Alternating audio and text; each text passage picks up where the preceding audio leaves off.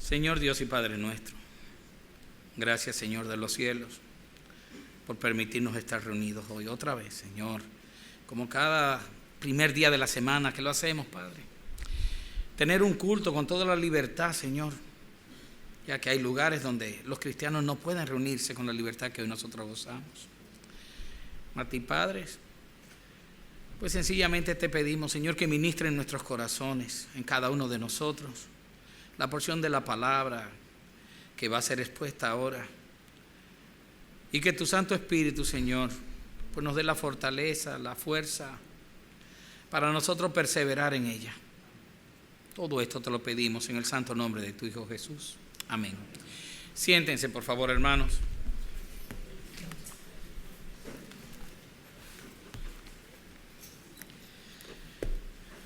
Vamos a abrir nuestras Biblias en la carta a los Romanos, capítulo 10.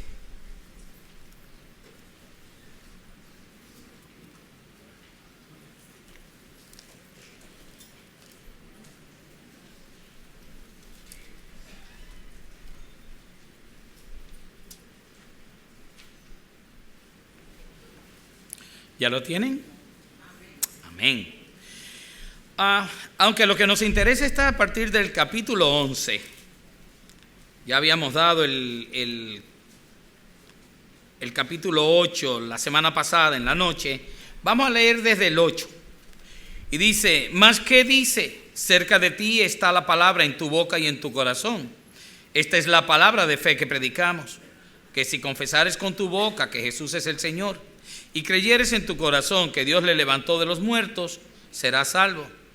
Porque con el corazón se cree para justicia, pero con la boca se confiesa para salvación. Ahora ponemos mayor atención a partir del 11 y dice: pues la Escritura dice, todo aquel que en él creyere no será avergonzado. Porque no hay diferencia entre judío y griego, pues el mismo que es Señor de todos es rico para con todos los que le invocan. Porque todo aquel que invocare el nombre del Señor será salvo. ¿Cómo pues invocarán a aquel en el cual no han creído? ¿Y cómo creerán en aquel de quien no han oído? ¿Y cómo oirán sin haber quien les predique? ¿Y cómo predicarán si no fueren enviados? Como está escrito: cuán hermosos son los pies de los que anuncian la paz, de los que anuncian buenas nuevas. Amén. Siempre que leemos las Escrituras nos vamos a dar cuenta que en ellas vamos a hallar sabiduría, verdad, enseñanzas, exhortaciones, consuelo y muchas otras cosas. Y también en muchas ocasiones vamos a encontrar que las mismas Escrituras nos confrontan y nos hacen una serie de cuestionamientos para que nosotros despertemos y procuremos sencillamente contestar o actuar en favor de eso.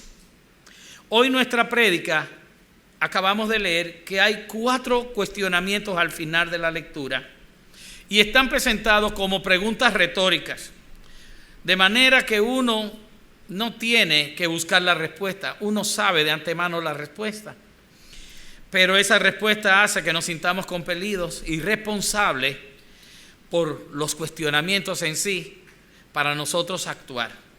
Eso es lo que yo espero en el día de hoy, que también, así como la palabra nos está forzando, nos está obligando, nos está llamando a hacer algo al servicio del Señor, pues que todos los que estamos aquí nos sintamos llamados a responder con ese nuestro servicio.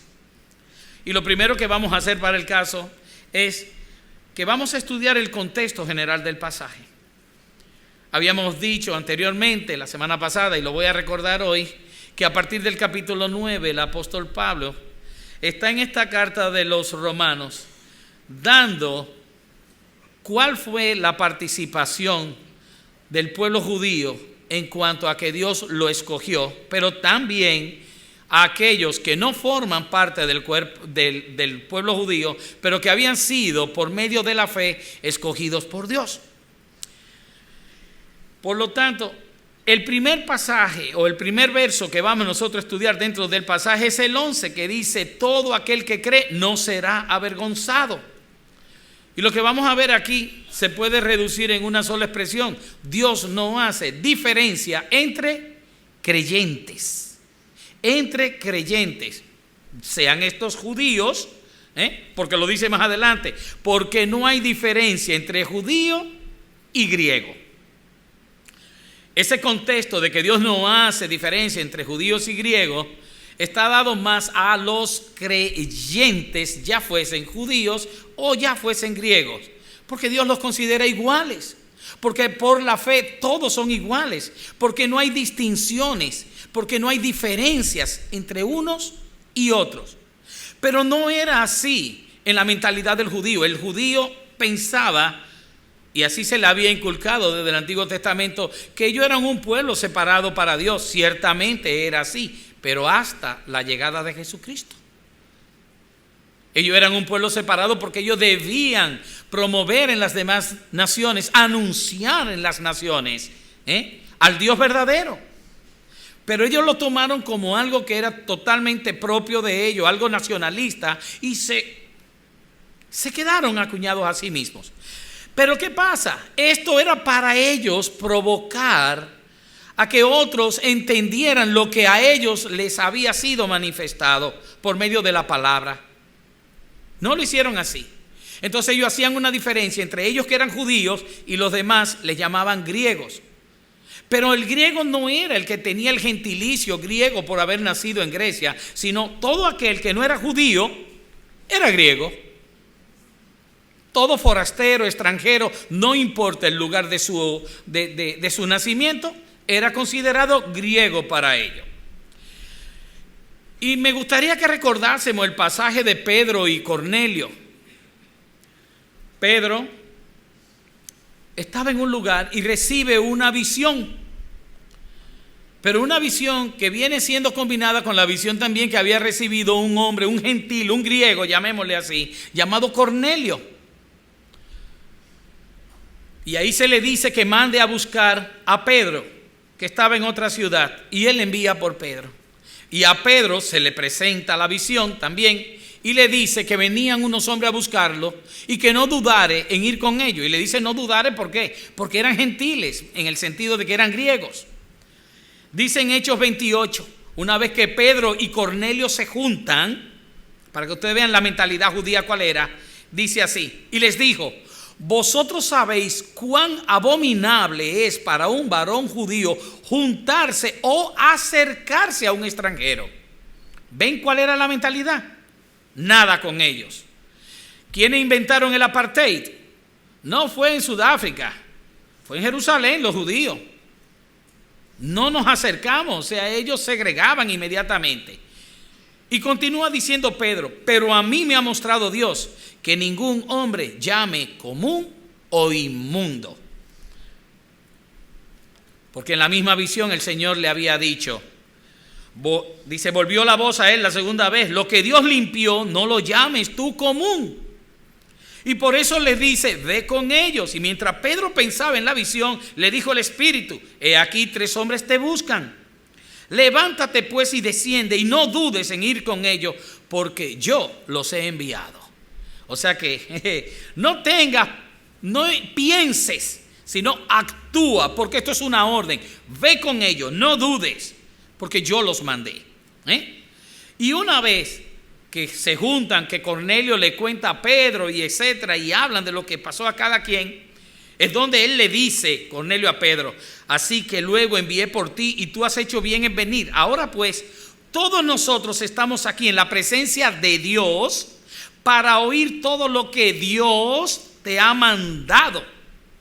Entonces Pedro, abriendo la boca, dijo: en verdad comprendo que Dios no hace acepción de personas.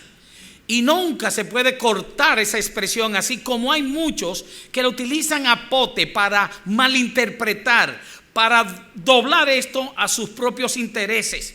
Dios no hace acepción de personas. ¿Quién dijo que no? La Biblia dice que Dios no hace acepción de personas. Mentira. Está fuera del contexto. Inclusive no está terminada. Dice: en verdad comprendo que Dios no hace acepción de personas, coma, no dice punto final, sino que en toda nación se agrada del que le teme y hace justicia.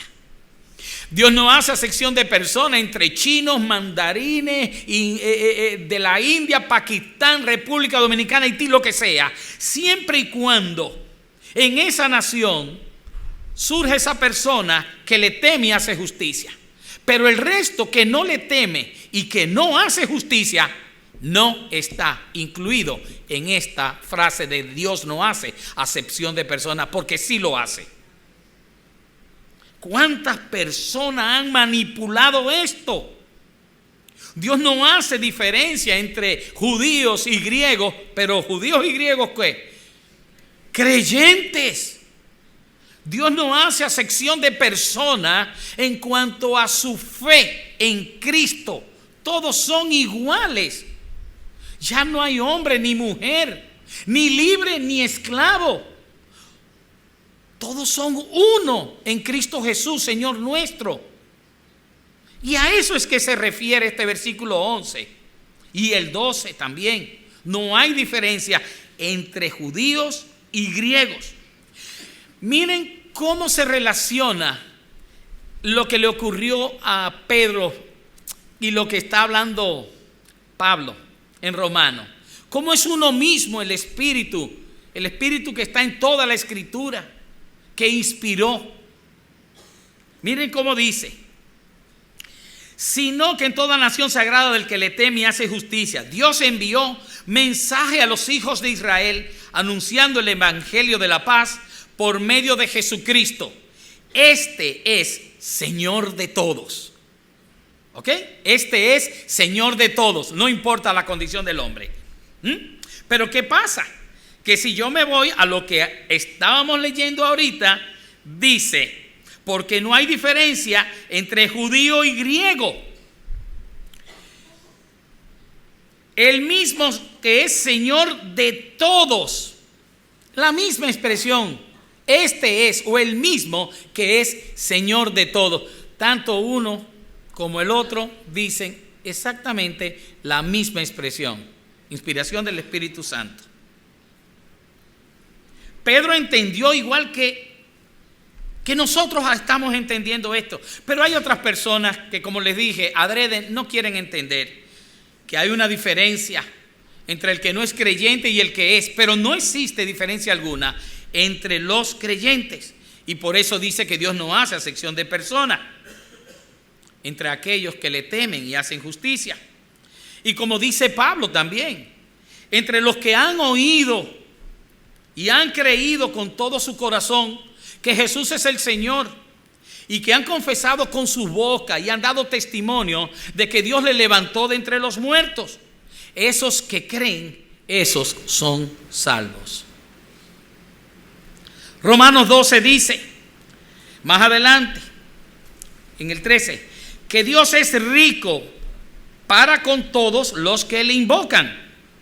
Es el versículo que dice, pues el mismo que es Señor de todos es rico para con todos los que le invocan. Dios ciertamente es prolífero en bendiciones y en promesas, en consuelos, en cuidados. Dios tiene tratos con el hombre. Tanto en uno como en otro creyente, Dios tiene todas estas bendiciones, sean estos griegos, sean estos judíos, individualmente con cada uno de ellos. Y digo individualmente porque nosotros sabemos que hay promesas que son solamente dadas al pueblo judío y que de ningún modo van a ser traspasadas a griego o nación otra alguna. Y en eso estamos claros.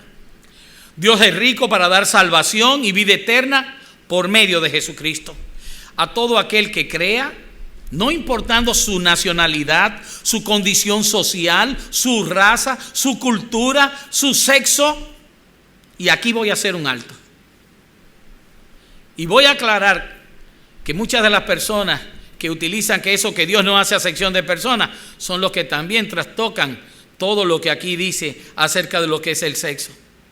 Dios creó los géneros y según los géneros creó sexo según para cada especie, según el género de cada especie. Y en la humanidad también creó varón y hembra, dice, los creó Jehová. Y dispuso que la convivencia íntima entre los sexos solamente fuese a través de la institución que Él conformó, a la cual nosotros conocemos como el matrimonio. Cualquier variación o intento de modificación al diseño original dado por Dios y que haya sido después realizado por el hombre es abominación a Dios y solo conlleva a muerte, destrucción y condenación. A más nada. Dios no es el Dios que entiende esas cosas, porque Dios es justo. Hay muchas personas que, como le dije, han querido trastocar las escrituras diciendo que Dios no hace acepción de personas y que Dios aborrece el pecado pero ama al pecador. Nada más falso. Y se lo voy a demostrar a continuación, es fácil. La primera parte de lo que dicen acerca de que sencillamente que Dios no hace acepción de personas, acabamos de verlo. Está sacado del contexto a propósito para crear error deliberadamente. Y hemos visto que sencillamente Dios no hace acepción de etnias, culturales, sociales, nada, pero entre las personas que han creído. Dios no rechaza a nadie que haya creído en Jesucristo, su Hijo, para salvación. Pero la segunda parte es una mentira en la cual dice que Dios odia el pecado, pero ama al pecador. Es una falacia, absolutamente, una burda mentira. Es contraria a las escrituras y a la santidad misma de Dios. No puede ser un Dios justo el que pueda decir algo así. Esta expresión no está en las escrituras y yo creo que una vez se los expliqué aquí en una escuela dominical, sino que fue parte de una frase que dijo cierto señor llamado Mahatma Gandhi, un hinduista no conocedor del Dios verdadero. Y él dijo una vez: Dios odia el pecado, no al pecador. Falso, será el Dios de él. Pero el Dios que nosotros conocemos no es así. Y con falsos mensajes como estos es imposible llamar al arrepentimiento al pecador, porque se le está justificando. La verdad es una sola: Dios aborrece el pecado y Dios aborrece al pecador. Si no, veamos lo que dicen las escrituras. Salmos 5:4 dice: porque tú no eres un Dios que se complace en la maldad. Lo malo no habitará junto a ti. Los insensatos no estarán delante de tus ojos. Aborreces todos los que hacen iniquidad. Destruirás a los que hablan mentira, al hombre sanguinario y engañador abominará Jehová. Proverbios 11:20. Abominación son a Jehová los perversos de corazón, mas los perfectos de camino le son agradables. Salmo 7:11, interesante, dice: Dios es juez justo y Dios está airado contra el impío todos los días. Todos los días. Contra el que comete impiedad, contra el que peca, el que no hace justicia. Y de tal manera, como Dios es un Dios justo, Él aborrece toda iniquidad y no tendrá por inocente al culpable, también nos dice la palabra. Hay algo que también es lo que quiso decir aquello de que Dios aborrece el pecado, pero no al pecador. Miren, Dios aborrece y condena al pecador y no al pecado. Hermano, ¿cómo fue eso? Sí, esa es la realidad. Él aborrece y condena no al pecado, sino al pecador. Como bien dice la palabra, que siempre nos vamos a basar en ella para estas cosas. Dios no condena el robo, Dios condena el ladrón, no condena la fornicación, mas sí al fornicario. Y cuando digo no condena, no hay un castigo sobre el robo, sobre el homicidio, sobre el adúltero, sobre el adulterio. Pero sí lo hay entonces sobre el que roba, el que asesina, el que comete adulterio. Entonces ciertamente Dios no castiga el pecado, castiga al pecador, al que comete el pecado. O sea que lo que oímos ahí arriba, que Dios odia el pecado y no al pecador, que hemos oído inclusive predicadores hacer prédicas acerca de esto, no es verdad. Es mentira. Mucho cuidado, hermano, con lo que oímos. Si lo que oímos no está basado en las Escrituras, deséchalo. En esa edad de hombres, no es sabiduría de Dios. Primera de Corintios 6:9 dice: ¿no sabéis que los injustos no heredarán el reino de Dios?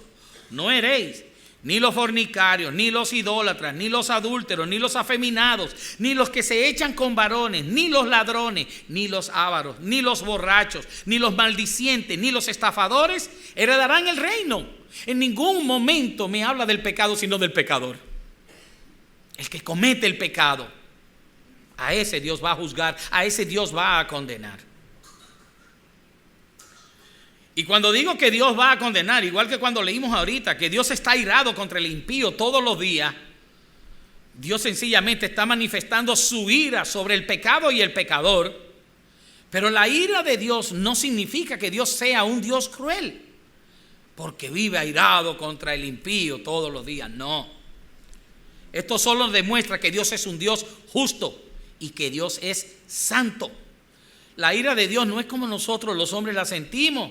Su ira es la manifestación justa de su santidad frente al pecador, frente al desobediente. Su ira es una reacción de un Dios santo y justo en contra de los hombres que lo desobedecen y pecan y son malvados. Los que han desechado la única forma que pueden tener de salvación, el único medio que puede brindarles redención, justificación, salvación y vida eterna. Los que han rechazado a Jesucristo. Eso están constantemente en la mira de Dios y Dios está airado con ellos todo el día. Dice la palabra que el que cree en el Hijo tiene vida eterna, pero el que rehúsa creer en el Hijo no verá la vida, sino que la ira de Dios está sobre él, lo que leímos hace un rato. Y dice en Efesios 5:6: no se engañe, nadie se engañe con palabras vanas, porque por estas cosas viene la ira de Dios sobre los hijos de desobediencia. Dios no hace diferencia entre creyentes, pero está claro que sí la hay entre los que son creyentes y los que no han creído en el Hijo. Estos son merecedores de la ira de Dios. Y nosotros vemos esto y nos apenamos realmente contra un mundo que el Señor está airado contra él. Pero según el pasaje que leímos, yo espero que ustedes se hayan sentido como yo, en el sentido de que yo veo que yo tengo parte en todo esto, que hay consecuencias que están ocurriendo por mí. Vamos a ver. Dice en Romanos 10:13, y lo pueden ver en su Biblia: porque todo aquel que invocar el nombre del Señor será salvo. Y esto solo, claro, se va a aplicar a los creyentes, porque así mismo el siguiente versículo lo demuestra, no hay ni que discutirlo. Y dice el 14: pues ¿cómo pues invocarán a aquel en el cual no han creído? Dice, es imposible para el que no ha creído poder invocar a Dios. Es lógico, no puede alguien que no ha creído invocar a Dios. ¿Por qué? Porque invocar el nombre de Dios es llamar a Dios, en quien nosotros tenemos plena fe y confianza y reconocemos que Él tiene toda autoridad. Eso es lo que ocurre. Por eso el Salmo 145 dice: cercano está Jehová a todos los que le invocan, a todos los que le invocan de veras. En este caso, o sea, auténticamente y de verdad. Porque invocar a Dios no es hacerle un llamado desesperado a Dios cuando estamos en apuro para que nos saque las castañas del fuego. Porque eso lo hacen hasta los ateos. Es algo cotidiano en nuestra relación que tenemos cada día con el Señor. Y eso indica dependencia de parte nuestra cuando invocamos el nombre de Dios, en cuanto a que nosotros sabemos que esa es la resultante de una necesidad, de un clamor interior, cuando nosotros reconocemos cuán efímeros, cuán frágiles somos. Y nos vamos a invocar a ese Dios, a esa fuerza superior que tiene autoridad sobre todos y todas las cosas. En ayuda, en auxilio. Aquí está también la clave de esto, de lo que estábamos leyendo al principio. Es necesario que los hombres invoquen entonces el nombre de Dios para salvación, porque solamente lo invocan aquellos que han creído, que tienen la fe necesaria, porque si no, no. Una cosa es consecuencia de la otra. Por eso es que no puede el hombre común invocar el nombre de Dios, pero por varios motivos. Y Pablo los enunció. Son 4. Y lo hace a manera de preguntas retóricas, preguntas que uno diría, pero eso no tiene por qué buscársele una contestación, porque está claro. La primera de ellas está en el 14, que dice, pues, ¿cómo pues invocarán a aquel en el cual no han creído? Y ya dijimos, si no creyeron, no lo pueden invocar. ¿Por qué no lo pueden invocar? Por cuanto no han creído. Si una persona no cree, si no tiene a Jesucristo como su Señor, si no confiesa y atestigua que Dios le levantó de entre los muertos, no puede invocar el nombre de Dios. Si no tiene depositada su fe en el verdadero Jesucristo, no es un creyente. Y digo en el verdadero Jesucristo porque hay personas que han depositado confianza en unos Cristos que son de caricatura, parecen de papel, que no son. El segundo motivo es otra pregunta retórica y dice, ¿y cómo creerán en aquel de quien no han oído? Hermano, yo no sé, tú puedes creerme que hay una ciudad que se llama Tombuctú. Bueno, algunos se ríen y dicen, hermano, ¿de dónde usted sacó? Usted se lo inventó. No, esa ciudad está en Malí, en África. Pero el nombrecito me llamó mucho la atención, porque yo, ¿y cómo? Yo no lo puedo saber a menos que alguien me diga que en Malí hay una ciudad que se llama Tombuctú, porque es un nombre bueno, un nombre. Pero también, ¿cómo alguien puede creer para que pueda a su vez invocar si no ha oído acerca de Jesucristo? Y usted dirá, pero todo el mundo conoce de Jesucristo. De Jesucristo sí, pero a Jesucristo no. El Jesucristo histórico todo el mundo lo conoce. Pero presentarle, el dador de la fe, presentarle a nuestro Señor y Salvador, no. Eso hay muchas personas, yo se lo garantizo, que no han escuchado palabra alguna sobre ese Jesucristo, que tú escuchaste una vez y fuiste movido a arrepentimiento y te fue dado el don de la fe para que creyeras en Él y fuese salvo. ¿Cómo creerán en aquel de quien no han oído? No es posible para el hombre natural, por medio de lo que son sus propios medios o su propia sabiduría, encontrar a Dios. Lo dice en Romanos mismo, no hay quien busque a Dios. Ni uno solo, no hay, el hombre no lo busca. En cambio, lo que sí dice en 1 Corintios 1:21 dice, pues ya que en la sabiduría de Dios el mundo no conoció a Dios, mediante la sabiduría, agradó a Dios salvar a los creyentes por la locura de la predicación. Ahí volvemos. ¿Cómo se salvan las personas? Por medio de que se les predique el evangelio. Solamente. Nadie llega a una conclusión propia sacada de su propio corazón de que necesita de Dios por sí mismo. Nadie lo hace. Ustedes tienen el medio en las manos. El tercer motivo expuesto es, ¿y cómo oirán sin haber quien les predique? Ok. Bueno, creer en quien no han oído, bueno, está claro, pero todavía más difícil. Si no va alguien y les hace oír por medio de la predicación, ellos no van a oír de nada. Ustedes oyeron hoy de esa ciudad que se llama Tombuctú, porque yo se los acabo de decir. Pero si yo no se lo hubiera dicho, ¿qué pasa? Nada, no ocurre nada en sus vidas, ¿verdad? Y aquí es como dice, ¿cómo esas personas van a oír? Oír la palabra.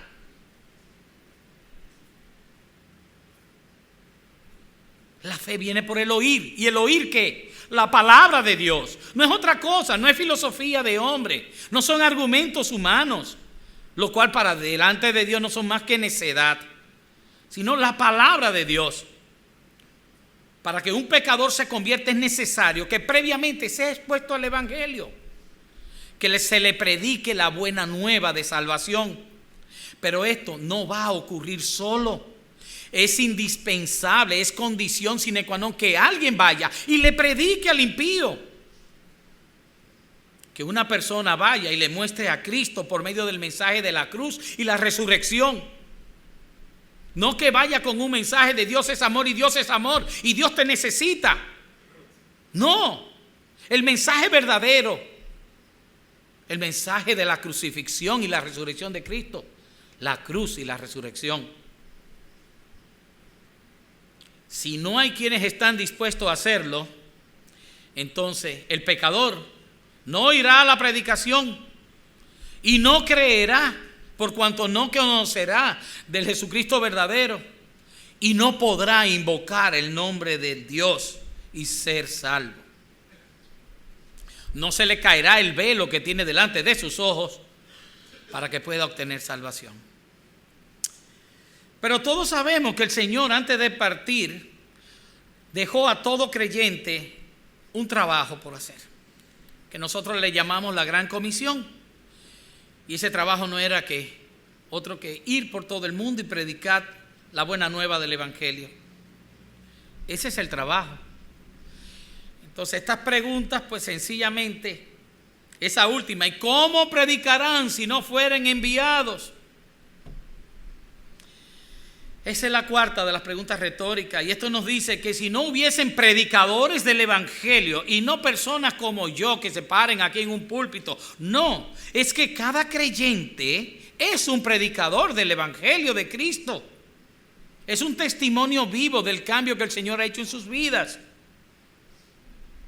Si los mismos no fuesen enviados por el Señor a través de la gran comisión a predicar a toda criatura, los hombres entonces permanecerían ignorantes del evangelio de Cristo y solo les restaría seguir en la posición que está de perdición, muertos en sus delitos y pecados, por cuanto no han creído en el Hijo de Dios. Pero vuelvo y digo, nosotros sabemos quiénes fueron enviados a hacer ese trabajo. Recojo. Es entonces nuestro deber como creyentes y como siervos de Cristo, primero, obedecer esa encomienda. Nosotros somos los que hemos sido enviados por Cristo a cumplir la gran comisión. Él es quien nos dice que debemos ir. No nos dice, espera a que lleguen a ti. En ningún momento. Ve tú. Así como mandó a esos 3 hombres después de la visión que le dio a Cornelio a que buscaran ¿a quién? A Pedro. Ven, llévales, ve donde ellos, ve con ellos. Lo segundo es que exponer el evangelio es parte de la misión, es la misión misma, es predicar.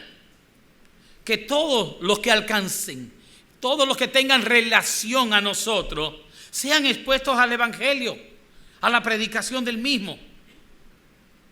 Nosotros estamos compelidos a predicar el evangelio a toda criatura, en todo lugar, a tiempo y fuera de tiempo. No hay excusa para no hacerlo. Que todos oigan acerca del Señor Jesucristo, de su sacrificio, su muerte sustitutiva y su resurrección, y puedan creer aquellos que Dios en su soberanía haya escogido. Y así esos hombres que el Señor escogió para salvación y vida eterna, que fueron expuestos al evangelio de la salvación, debido a que hubieron hombres que a su vez fueron comisionados por Cristo a predicarles la salvación, que es solamente por medio de nuestro Señor Jesucristo, y estos predicaron a su vez para que los que oyeren el mensaje pudieran conocer acerca de Cristo. Una vez que le conocieran, pudieran creer en el Señor y terminar así invocando el nombre de Dios para salvación. Hice un juego de palabras, si se dieron cuenta. Ahorita vi de la 1 a la 4 y ahora hice las consecuencias pero desde la cuarta pregunta retórica hasta la primera. Y hermano, te voy a decir una cosa, lo veas al derecho o al revés, como yo lo he presentado, esto te incluye a ti y me incluye a mí. Te incluye a ti y me incluye a mí, los que hemos creído y confesamos que Cristo es nuestro Señor, que es el Señor y soberano de nuestras vidas. Te incluye a ti y a mí, ya que nuestro Señor nos mandó a conformar su iglesia predicando a todos los hombres el Evangelio y que nos debemos por entero a nuestro Señor, a obediencia. Te incluye a ti y a mí, para que nosotros no hagamos caso omiso al llamado del servicio de Dios y que veamos y sintamos que son muchas las almas que se están perdiendo cada día porque no creen en el Señor y Dios nuestro, por causa de no haber oído acerca del verdadero Cristo, por cuanto no recibieron predicación alguna, debido a que nadie lo hizo, nadie se esforzó en llevarles dicha predicación, porque los que estaban llamados a hacerlo quizás no se sintieron comprometidos u obligados a hacerlo, o pensaron que aún no era el tiempo para hacerlo, o que no estaban debidamente preparados. Ven cómo les digo que nos cae de una manera a ustedes y a mí lo que dice este pasaje, la enseñanza que podemos extraer del mismo. Y concluyo ya diciendo que el último versículo es Romanos 15, el que leímos, y dice: ¿y cómo predicarán si no fueren enviados? Como está escrito: cuán hermosos son los pies de los que anuncian la paz, de los que anuncian buenas nuevas. Y sencillamente estamos terminando recordando esta exaltación de parte de Dios mismo para los que llevan la predicación, el mensaje de paz, el mensaje de salvación a otros.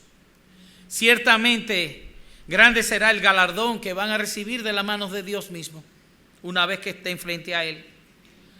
Yo, hermanos, les invito a todos, así como me tengo que poner de primer término a mí mismo, de que seamos siervos buenos y fieles, que obedezcamos a Cristo en todo, para que cuando llegue el día en que estemos frente a Él y le miremos, Él nos diga: buen siervo, bueno y fiel. Que el Señor nos bendiga a todos. Amén. Oremos. Señor, tu palabra fue dada, Señor. Y ella, de por sí, ella misma debe motivar nuestros corazones, Señor, a la obediencia. Hemos sido expuestas a la misma. Y ciertamente, Padre, no tenemos excusa. No tenemos excusa, Señor, para permitir que las almas allá afuera se sigan perdiendo, sin nosotros tener que actuar. Sí te pido, Padre, que tu Santo Espíritu nos dé la fortaleza necesaria y que guíe nuestros pasos para que nosotros podamos hacer las cosas según tu voluntad, en obediencia y sumisión. Y no según nuestro criterio, Señor, y nuestra manera de pensar y de ver las cosas. Ayúdanos, Señor, a ser verdaderos hijos obedientes de su Padre. Te lo pedimos en el santo nombre de tu Hijo Jesús. Amén.